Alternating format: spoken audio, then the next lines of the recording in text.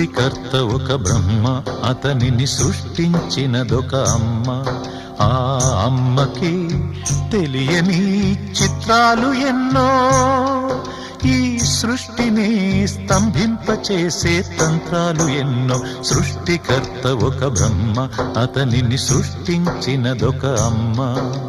సృష్టికర్త ఒక బ్రహ్మ, అతనిని సృష్టించినదొక అమ్మ.